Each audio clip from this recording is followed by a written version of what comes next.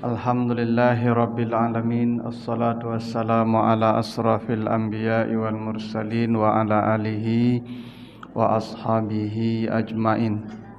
Bapak, ibu-ibu kaum muslimin jamaah subuh yang dimuliakan Allah, kembali kita bersyukur pada Allah atas segala karunia-Nya. Salawat dan salam untuk Nabi kita Muhammad sallallahu alaihi wasallam.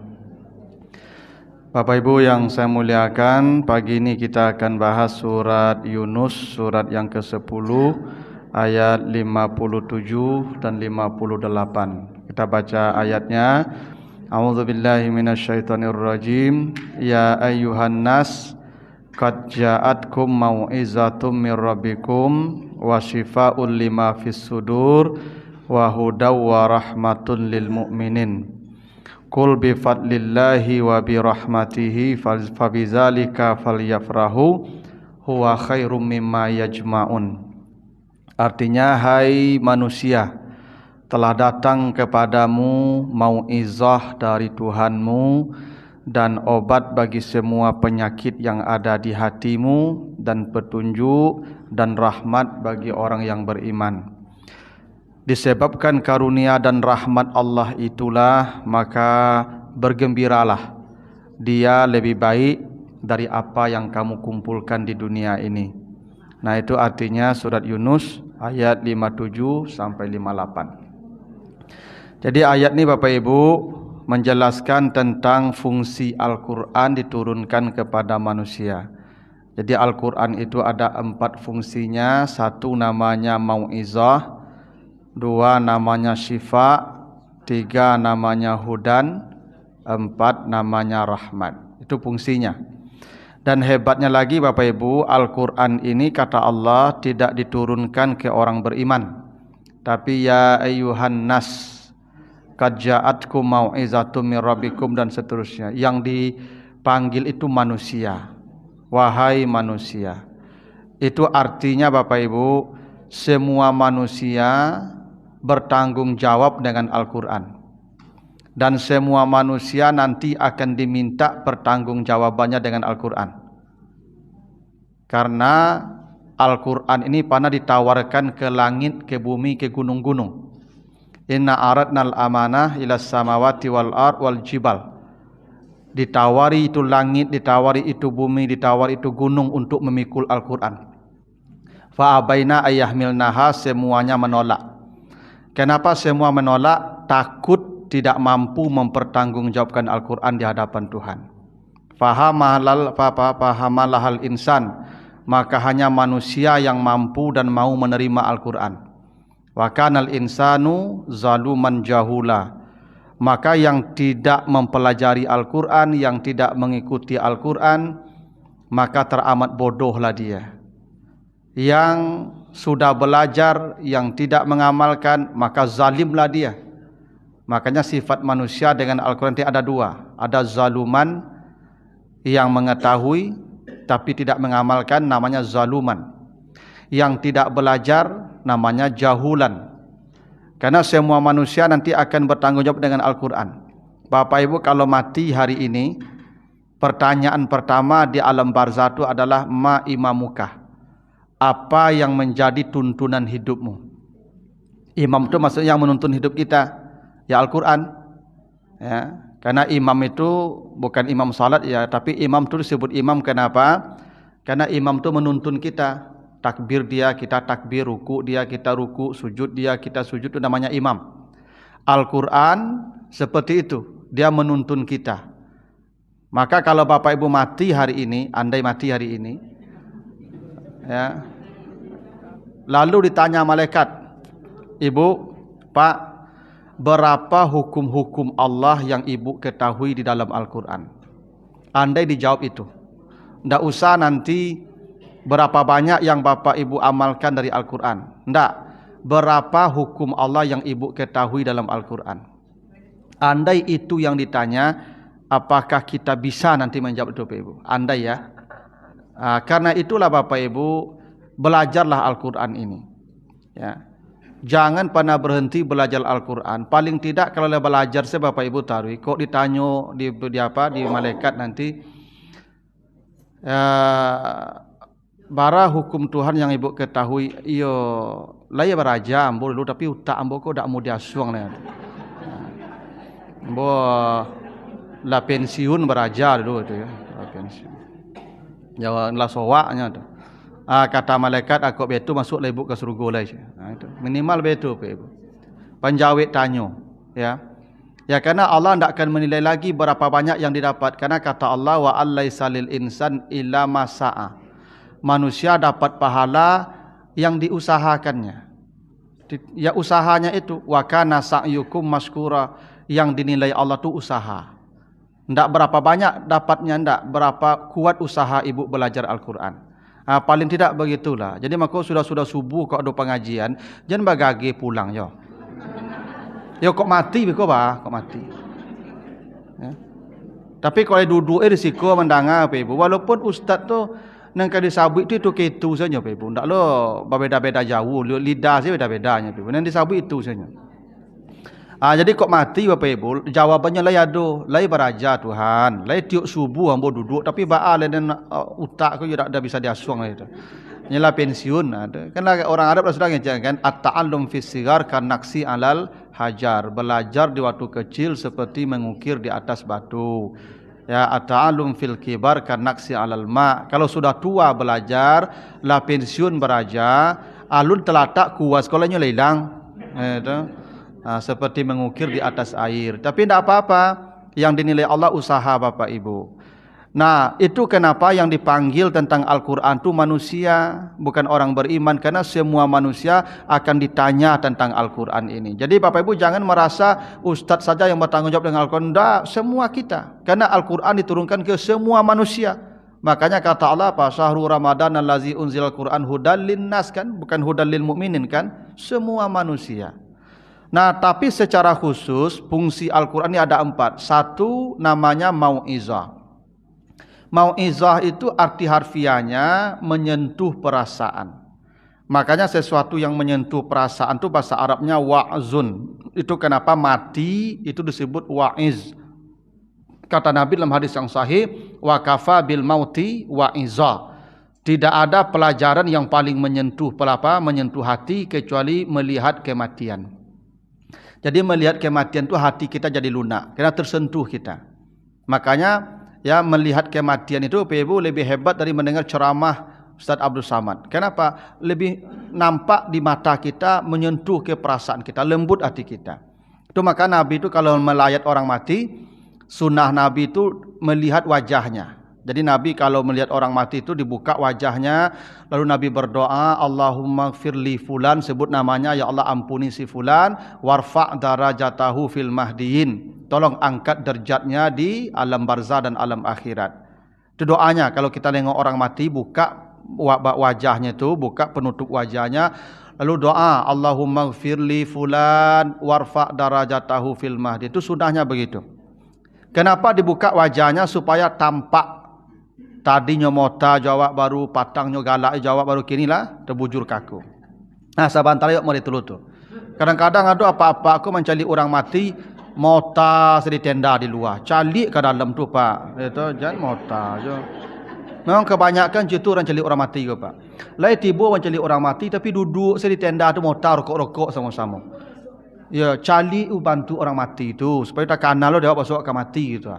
Ya, kalau tidak kasih hati apa Ibu, dia acok. Itu makanya gini, kata Nabi apa? Siapa yang melayat jenazah hingga dia ikut mensalatkan dapat pahala 1 kirat. 1 kirat itu sebesar bukit Uhud. Siapa yang melayat jenazah hingga dia mengantarkan ke lahat itu, maksudnya dia lihat dia masuk lahat itu, dia dapat 2 kirat kata Nabi. Bakok kadang mana pahala orang mendatangi jenazah itu Ibu? Bukan mendatangi jenazah itu sebetulnya itu supaya hati semakin lunak melihat orang mati itu. Itu namanya wa'zun. Jadi Al-Quran itu kata Allah mau'izah. Al-Quran itu melunakkan hati orang. Jadi tidak usah dia nanti hafal Quran, alim mengajarkan Al-Quran atau rajin baca. Tidak perlu. Dia mendengarkan saja, itu hati jadi lunak. Memang orang kalau mendengarkan Al-Quran itu hati jadi lunak. Pasti Ibu.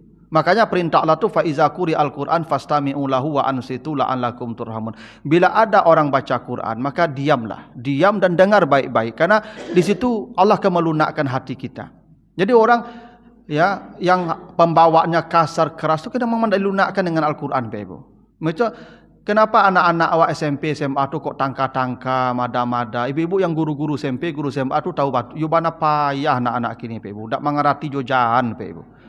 Rancak pensiun muda, Pak Ibu. Kalau ya, kalau di Paturu ya, Pak Ibu, iya, yo ndak taluk loh, Pak Ibu. Yo bana di ya, kalau bukanlah karena kewajiban, yo memang minta pensiun muda, yo barik maja anak-anak kini, Pak Ibu. Yo bana tangka, dak tanggung-tanggung. Beda awak dulu, Pak Ibu. Ya, awak dulu yo sudut mato saya mengerti, Pak Ibu. Anak-anak kini tak mengerti sudut mato. Lelah diarinya mengadang lo mato kawak, Pak Ibu. Ya, bana anak kini kok tangka, kok mada, Pak Ibu. Karena anak-anak kini membaca Qurannya sampai SD saja. Kalau sudah khatam dia tak akan melihat Quran lagi. SMP tak akan lihat Quran, SMA anda, apalagi mahasiswa. Kalau Bapak Ibu jujur, cobalah tanya, survei lah. Anak-anak SMP dan SMA itu berapa banyak yang baca Quran di malam hari? Hampir tidak ada. Wajar hati mereka tu kasar, keras bawaannya. Kenapa? Tidak dilunakkan. Karena Allah sudah turunkan yang melunakkan hati. Yang melunakkan hati itu Al-Quran, Bapak Ibu. Allah sudah sebut begitu.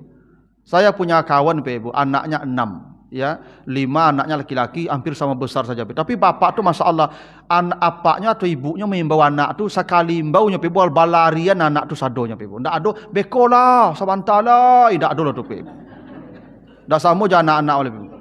Ya, anak-anak kini kan gitu Ibu. Nyo main HP kan, wah kapai semayang, ndak semayang kau, iyo sabantala isi. Ngejawek kan, lah pulang wak semayang, alunya semayang lagi, bekolah sabantala, ama aku nyanyi macamnya, tujuannya.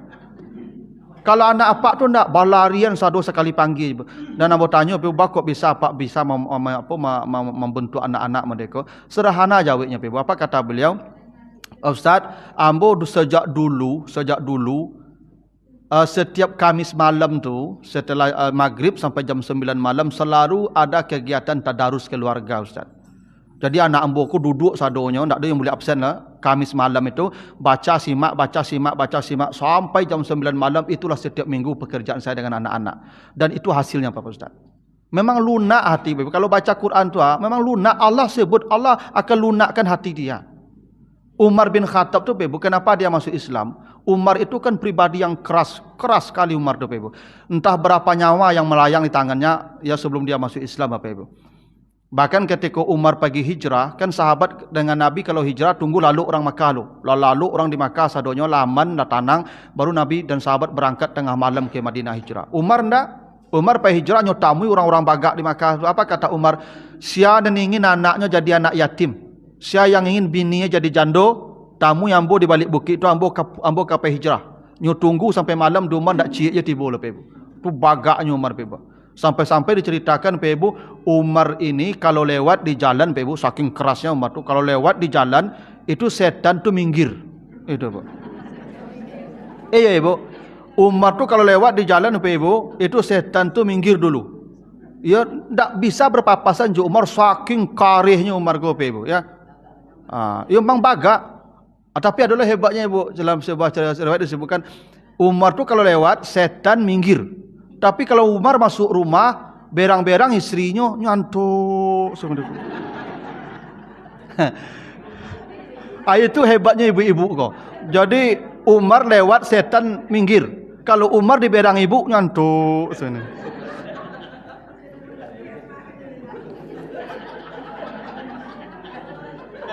Itu bukti hebat ibu-ibu tu ya hebat ya. Nah, ya pernah ada cerita tu ibu. Jadi ada seorang sahabat. Dia ambo tak melanjut itu ibu ya, ibu selalu melanjut acara makasih tu. Ya tu. Ndak. Beko kalau ambo lanjut beko berang ibu kamu. Jadi Umar ni ibu ketika jadi khalifah, ada seorang sahabat yang kan curhat. Ya kan, tapi orang rumah pemberang penyerenge. Itu mengadulah ke Umar ba caranya mengatasi orang rumah yang pemberang penyerenge kuah. Lalu datang ke rumah Umar, pergi curhat kok, kami minta saran. Tiba di muka pintu rumah Umar tu nampak Umar sedang kena berang lu dalam rumah ibu. Aduh, semar kau. Mencari keadaan model kau kecek, oh kau ndak iyo lah kau cakap ndak. Awak kami minta tolongnya payah lah tu ya. Akhirnya saya sahabat kau lain. Mencari sahabat kau lari dipanggil Umar, hei Maryam. Datanglah sahabat tadi, kemangang. Itulah Umar, ambo ka curhat ka engkau. Batu, ambo dapat orang rumah pemberang bana, penyerengeh bana. Ambo kan minta tahu cara menghadapinya batu. Tapi ambo calik tadi engkau lebih barik lah dari ambo lah. Lebih barik lah engkau lah. Tapi ditanya dek sahabat Ibu Umar, bako nak melawan engkau tadi itu. Apa kata Umar? Umar hebat Bapak Ibu. Apa kata Umar? Oh, marah istri saya itu belum sebanding dengan lelah dia setiap hari. Jadi istri saya tu lelah, anak saya diurus sekian, saya diurus. Jadi akumulasi lelah tu yang marah. Jadi biar lapis sumbeknya lu. Nah itu kata Umar. Jadi kalau lapis sumbeknya tadang mereka tu. Jadi ibu-ibu kalau berang-berang wa antuk, saya tu panik surang saya kalau tu mah. Jelah ya. Yo merepet-repetnya kan.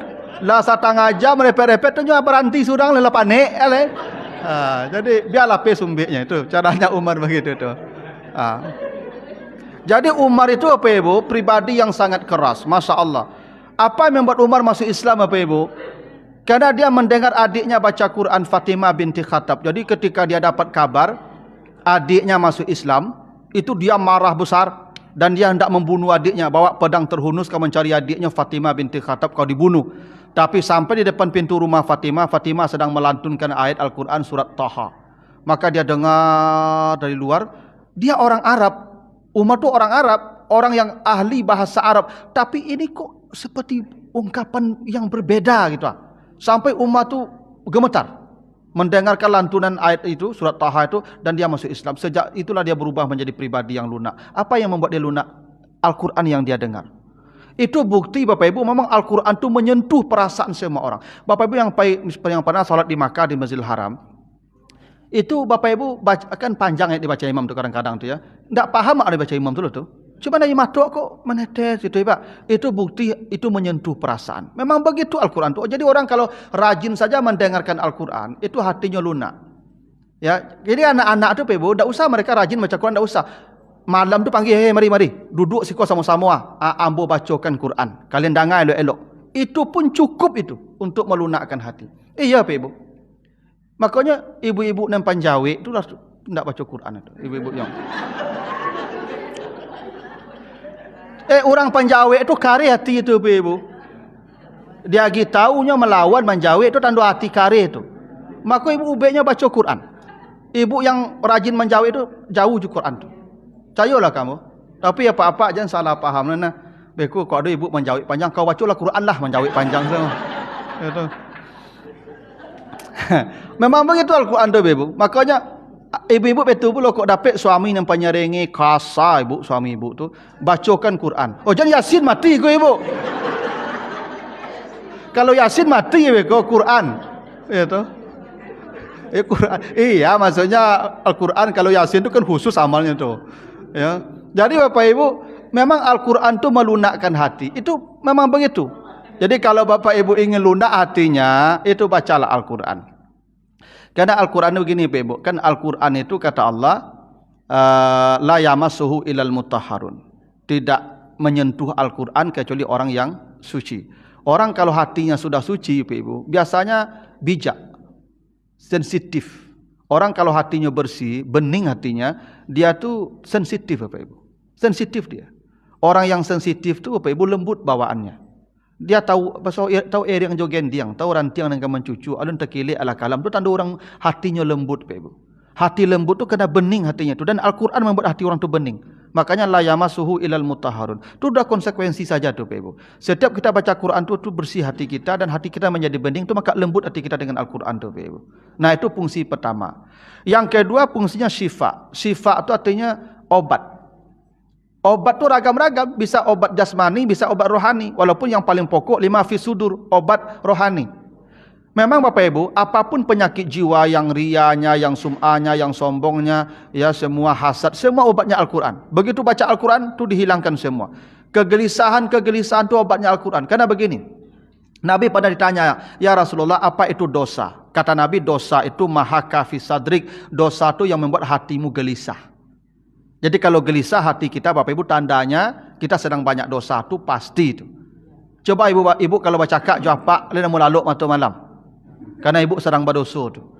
Ya, kecuali lah tiup hari bercakapnya lah mak lu laluk dah tu lah pada hati nama tu mah. Biasanya Ibu kalau kita berdosa tu tak mau tidur. Itu pasti itu. Kenapa? Karena dosa tu membuat hati kita gelisah. Ketika kita baca Quran, kan kata Allah, ala bi zikrillahi tatmainnul qulub, dengan zikir hatimu menjadi tenang. Dan zikir tu Al-Quran yang paling hebat. Nanti baca surat Al-Anbiya ayat 50. Haza zikrun mubarak anzalnahu. Al-Quran adalah zikir yang paling hebat yang diturunkan Allah. Ya, di Al-Anbiya ayat 50. Ini zikir yang paling hebat. Maka ketika kita baca Quran itu kegelisahan itu menjadi hilang. Kenapa? Tadi Allah mengatakan kalau dibaca Al-Quran itu hati kita disucikan oleh Allah. Kalau hati sudah bersih dari noda-nodanya dia akan tenang. Itu makanya Bapak Ibu, saya kan dengar bacakan ayat ya, setiap ceramah saya bacakan ayat. Kan begitu mendengar ceramah hati Bapak Ibu tenang kan? Tenang. Karena Bapak Ibu begitu mendengarkan ceramah langsung dihapus dosanya kata Allah. Kan begitu Nabi jamin ya, ma min qaumin yajlisuna majlisan yazkuruna fihi illa hafathumul malaika. Bila ada orang duduk di majlis ta'lim mendengarkan ayat Allah, langsung dosa mereka diampuni oleh Allah. Tu makanya Bapak Ibu mendengar ceramah kok hati tenang, tu makanya tak kantuk mata tu. Tu makanya tak kaluk begitu. Jadi orang yang tak kaluk mendengar ceramah tu, Bapak Ibu tu dapat dosa itu Bapak Ibu. Abi dosa tu mah. Iyo, tak dosa itu. Apalagi kok lah bakaru tu dah aduana itu pula abi tu. Ya Pak. Kalau sempat bakaru dengan ceramah, oh tu tak ada berdosa itu lah berasi. Menunggu mati sila tu laman tu. Ya. Ibu bapak kalau gelisah lah nak mulaluk mata. Tak kena mulaluk lah Pak Ibu. Bisa laluk tu tandolah tanang hati itu mah. Iya. Di rumah kadang lah ada spring bed dak, lai duit AC lah mati lampu lah, dak ada melaluk kan hati lun tanang. Pai mendengar ceramah Bapak Ibu, baru mulai ceramah baru menyanda saya kata enggak laluk Bapak Ibu. Masyaallah Pak. Dak sadu orang bisa tu Bapak Ibu. Orang bisa laluk menyanda mik sakancang ko dak sadu orang yang lah tanang hati tu Bapak Ibu. Ndak. Bako bisa tanang hati Bapak Ibu dek dosa lapui. Memang dosa dihapus Tuhan. Begitu duduk di majlis mendengarkan ayat Allah langsung dihapus obat-obat dada kita langsung tenang lapang dadu ko langsung Ibu. Makanya ambo kalau kalau ceramah ambo tu laluk jamaah. Alhamdulillah tu Pak. Itulah bukti dosa nak ada itulah dia pun. Karena syifa dia obat apapun penyakit hati kita, dengarlah bacaan Al-Quran, hati kita akan menjadi tenang. Tu makanya Bapak Ibu kalau payah laluk baca muratal. Style muratal tu dah kan ke telinga tu. Laluk ikut tu mah. Cari lah Ibu. Tu mak ibu baca Quran baru 2 ayat baru mengu langsung lah. Macam itulah tu. Tanang hati langsungnya apa dosa langsung tu Ibu. Nah itu bukti Al-Quran tu obat bagi penyakit hati. Memang obat, percayalah Ibu kamu, obat. Nah, bisa juga obat fisik karena ada pada masa Nabi Ibu terjadi ada sahabat lewat di sebuah kampung. Ini perjalanan ni. Beberapa orang, biasa dulu orang kalau pergi berjalan tak bawa bekal banyak lah Ibu, kerana terbatas ke perjalanan tu. ATM tak lodo zaman dulu, orang menggali di tepi jalan tak lodo lah Ibu. Jadi kalau abi bekal minta lah di jalan di kampung-kampung yang lewat tu, makanya ada Ibnu Sabil namanya, yang berhak dapat zakat tu. Tu tradisi orang Arab biasa aja begitu. Minta minum makan di sebuah kampung dak dapat lah Ibu. Dak diagi orang tu, sama juga Nabi Musa, Nabi Khidir dulu. Dah hari lewat. Begitu mereka berangkat meninggalkan kampung tu, kepala sukunya disangit binatang berbisa. Pingsan, diobatin tak bisa, dicari orang tu balik. Minta tolong kalau bisa diubek, baliklah pak aku sahabat-sahabat ke balik. Pak tolong pak aku lah tak sadarkan diri aku kepala suku kami kau. Jadilah kecil sahabat tadi. Jika diubek Ibu ada dulu sahabat menggabik seorang. Oi, tadi awak minta minum makan saya apik dia lah. Kau kadu ubek perai saya tak bisa loh. Nyo pangana sahabat kau sama lo jawab Ibu nyo. Bedanya nyo soboknya Nabi tu orang tu nyo. Nang pangana tak beda-beda jawab loh. Tu bahalai je. Minta upah. Yalah, Pak. Kau yo kadi ubek yo kuah, tapi kambiang lu. Masak kambiang lu. Ya tu hadis sahih Muslim tu Ibu. Hadis Muslim sahih hadisnya. Ini mungkin menjadi dalil Ibu sebagian orang kalau kamu ubek orang lebih ayam lu. Ya tu. Ya bisa jadi tu dalilnya tu. Tapi kambiang lu. Jadilah tapi kambiang dimasak lah ubek. Apa obatnya Ibu? Dibacalah Al-Fatihah, alhamdulillahirabbil alamin, dikasihkan minum dan dia sehat. Sehat. Setelah sehat dikasih kambiang tadi, Pak kau kambiang buatlah. Allah kadi buat kambiang kau kadi makan Ibu. Ada lo sahabat menggabik surang. Oi, angku tadi kan baca Fatihah ndak? Iyo. Nabi melarang kita mengambil upah dari Al-Quran. Oh lah camil lo sahabat kau Bapak Ibu, baca kau ke. Tak boleh mengambil upah dari Al-Quran itu, tak boleh. Haram hukumnya. Maka guru-guru mengaji tak boleh minta gaji.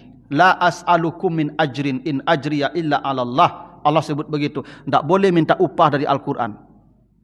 Mengajarkan Al-Quran itu kewajiban, sama dengan salat, tak boleh minta upah. Cuma kami tak boleh minta upah. Ya betul, tak boleh minta upah, tapi ibu bapa bersedekahlah ke kami. Memang kami minta upah tak boleh, kerana upah tu profesional. Ya tak boleh minta upah. Ambo kini kan mengajarkan Al-Quran Pak Ibu. Walaupun yang ambo ajarkan isinya bukan membacanya. Dan ambo tak boleh minta upah lah Pak Ibu. Ustaz beko kan dia pergi Pak Pengurus amplop mah. Itu dah upah tu sedekah nama tu Pak Ibu. Beda Pak Ibu, kalau upah tu sama je dokter. Ambo pernah ambo ayah ambo ke dokter saraf lu Pak Ibu, tahun 2000-an. Tiba di dokter tu yang suruh masuk tu yang tokok-tokok lutut ayah ambo. Lega sampai kali yang tokok-tokok, tokok kida tokok. Surah tokoknya tu, alah dok, alah. Bara dok, 2 tui. 2 tui menokok-nokok lutut saya Pak Ibu. Itu boleh Pak Ibu, tu profesional, tu upah namanya. Dia yang menentukan bayarannya. Kan upah begitu kan? Upah itu berapa jam bekerja, berapa upahnya, kan begitu tu. Kalau saya tak pernah begitu. Pak Ustaz, bisa bagi ceramah di Darul Mustaqim Ustaz? InsyaAllah. Bila tu Pak? Bila Ustaz 2 kartu, hari Senin pagi dah Pak, jadi insyaAllah subuh, jadi insyaAllah. Bara tu Pak Ustaz, ya tergantung hadis tu Pak. Kalau sahih sekian Pak. Kalau ada Pak Pengurus. Tak ada. Saya datang saja. Saya datang ceramah, begitu saja. Tak ada apa-apa. Nanti waktu pulang, tu Pak Pengurus bersalam Ustaz. Terima kasih kau dari jamaah, itu sedekah. Sedekah tak ada batasnya. Tak ada batasnya. Mau 10.000, 20.000, 1 juta, 10 juta, 20 juta. Kan tergantung jamaah. Dan saya tak pernah memberikan berapa harus dibayarkan. Dan tak pernah pula saya buka. Ketika bersalaman, Pak Ustaz, ikut dari jamaah Pak Ustaz sedekahnya. Alhamdulillah, terima kasih Pak. Lah, dah padahal buka lah Pak. Ambo buka. Pak, ambo ko joto kamari ko tak cukup balik minyak dah pernah Pak. Tu makanya kami ni Bapak Ibu tak bisa kaya. Kenapa? Karena berdakwah ini bukan profesional. Berdakwah ini kewajiban. Kalau profesi dia berhak menentukan berapa harus dibayar. Berapa lamanya dia berceramah, berapa second menitnya, seperti pemain sepak bola. Itu pekerjaan namanya. Dakwah tidak. Makanya mengambil upah dari Al-Quran itu tak boleh. Tak boleh mengambil upah dari Al-Quran. Bahawa ada orang memberikan sedekah. Maka zaman sisuk guru-guru mengaji, tak ada gajinya tapi bali minyak namanya. Ini tak bali minyak dulu Pak Ibu. Dan tak ada batas saja kan kalau bali minyak tu. Ya bangkit lo camir sahabat kau Pak Ibu, dan dibacakan dari Al-Quran yo. Dia lagi orang kambiang. Tu baalai. Kecek sahabat tak betul loh. Buat salah kan Nabi lah. Pak tanya dulu beko, buat dulu kambiang kau. Kau le buli beko, kan nak situ. Kau nak buli antan balik mari. Kau tinggal si kau tak buli beko. Lah bi dulang si kau. Sahabat kau cadik lah beko. Yalah buatlah. Ya, tiba dah ke Nabi tanya ya Rasulullah, tadi ada orang sakit, kami ubik baca Al-Fatihah. Sehatnya. Nyuagi kami kambiang. Apa kata Nabi? Bila Al-Quran dijadikan jampi, maka mintalah upah kata Nabi. Itu hadis sahih Muslim itu. Bila Al-Quran dijadikan jampi, maka mintalah upah. Itu artinya Al-Quran boleh jadi jampi-jampi. Baca, ambil air, bacakan Al-Fatihah, lalu suruh minum air itu. Itu boleh. Kenapa? Al-Quran yang menyebutkan fungsinya syifa.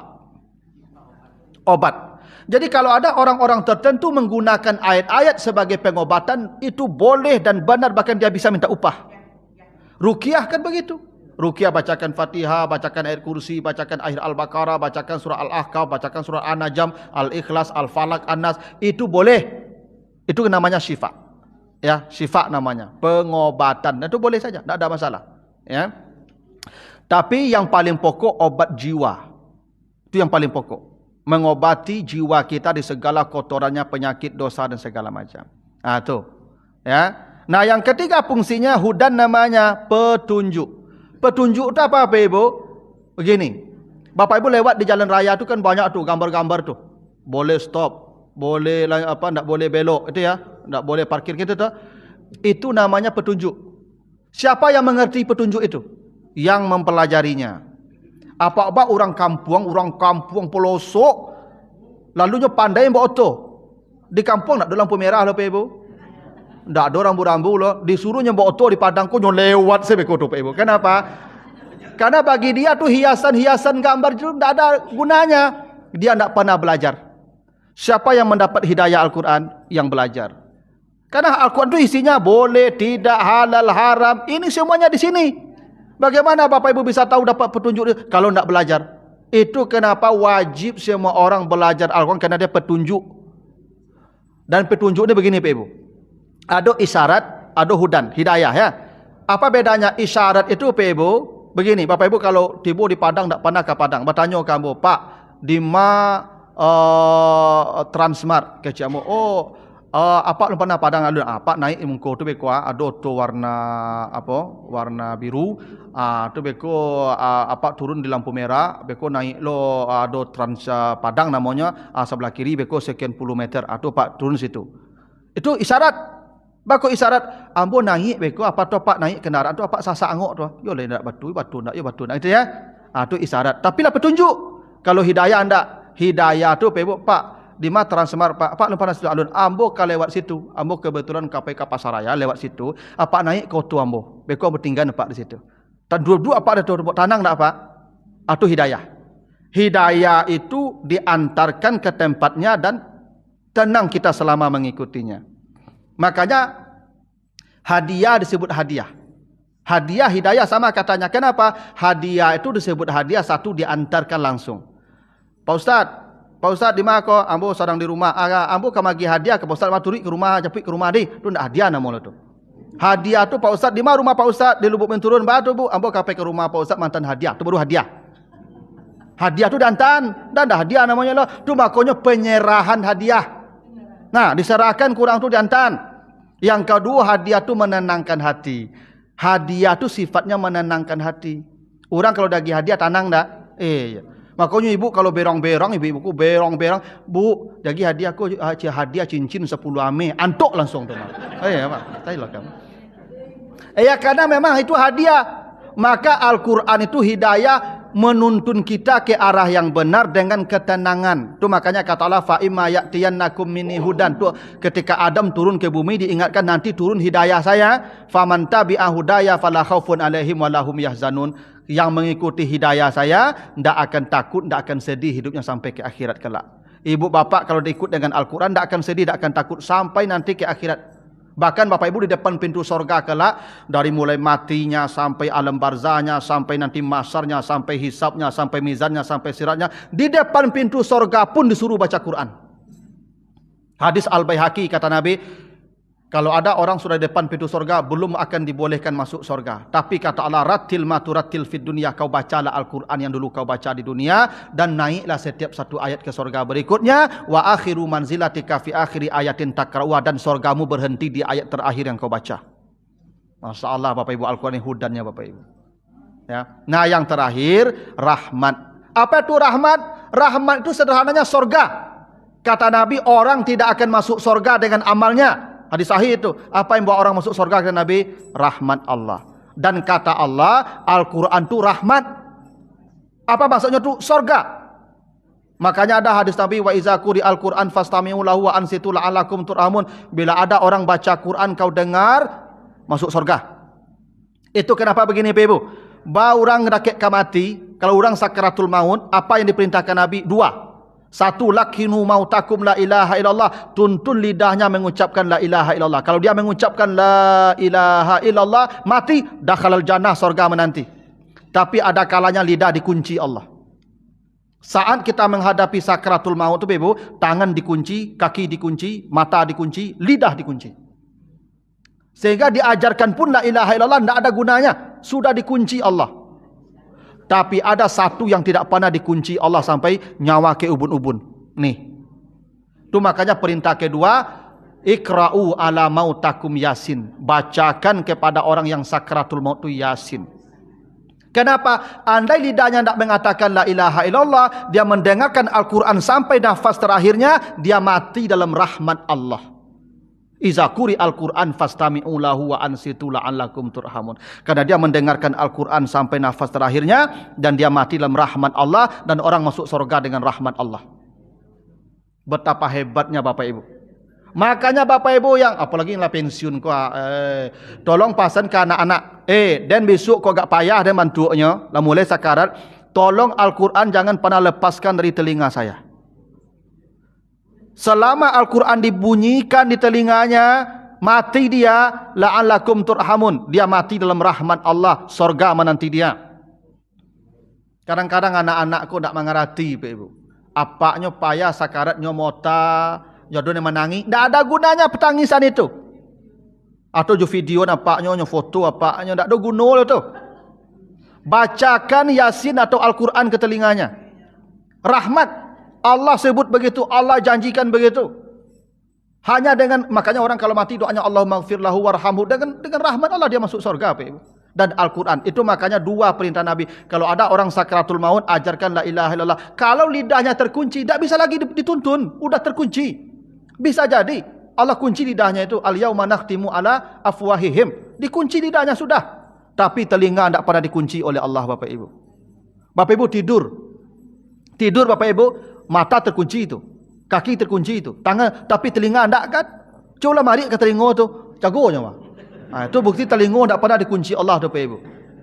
Itu kenapa Ashabul Kahfi kok lalu 300 tahun nak terjaga, Bapak Ibu. Tak ada nyonya dengar le fadarabna ala azanihim, dikunci telinganya oleh Allah. Bakal lalu mereka 300 tahun tak ada dengar le. Hanya itu yang dikunci telinganya ketika mereka ditidurkan Allah. Tapi sampai mati telinga kita dibuka Allah. Itu kenapa penduduk neraka ketika dilempar ke neraka mereka berteriak-teriak. Apa yang mereka teriakkan? Lau kunna nasma'u au naqilu ma kunna fi ashabis sa'ir. Andai telinga saya rajin mendengar, tak akan masuk neraka. Ternyata mendengarkan kalamullah itu neraka ditutup oleh Allah. Itu rahasianya. Tolong pesankan ke anak-anak Bapak Ibu. Ya, kalau nanti ambo sakarat, jangan dibawa ke ICU lain, tak usah. Kok dibawa ke ICU, tolong tuntun ke dalam ICU tu. Kalau tak bisa, tak usah dibawa ke ICU. Beko sasik mati situ beko. Inya kalau laka mati tu tak bisa di jangan apa dokter tak bisa menolong lah Ibu. Ambo pernah masuk ICU tu manda aduh tolong dokter tu le. Nyo pasang alat ko tu nyo calik-calik je nyala mati le Ibu. Kenapa? Dokter tu lah tahu kalau kesadaran orang di bawah sekian pasti mati. Cuman SOP bawa ICU. Kalau tak bisa dikawani ke dalam dibacakan Al-Quran ke telinganya, mati di kamar sajalah. Memang kemati saja mah. Besok kemati beko kemati di ICU, kemati di kamar, kemati saja mah. Ya Pak. Dan ini penting orang rumah sakit harus paham ini. Dokter-dokter paham ini. Kalau jasad dia tidak bisa tolong lagi itu. Takdir sudah datang, ajal sudah sampai itu. Tapi imannya selamatkan, tuntun dia menuju surga Allah. Bacakan Quran sampai nafas terakhirnya. Itu jaminnya Quran, Allah sebut begitu tuh. Saya kalau ceramah di rumah sakit Islam saya sampaikan begitu. Jangan panahkan pasien dibawa ke ICU tanpa ada yang membacakan Quran ke telinganya. Bapak kan tahu dia mau mati. Kenapa Bapak biarkan dia mati tanpa tuntunan? Tanggung jawab Bapak nanti itu. Ya, begitu tuh Pak Ibu. Aku tidak ada usaha risiko saya mati. Ya, nyoka mati nyoma. Itulah Bapak Ibu ya. Mudah-mudahan ada manfaatnya ya. Lebih kurang mohon maaf jika ada yang kurang berkenan. Subhanakallahumma wa bihamdika asyhadu an la ilaha illa anta astaghfiruka wa atubu ilaika. Wassalamualaikum warahmatullahi wabarakatuh.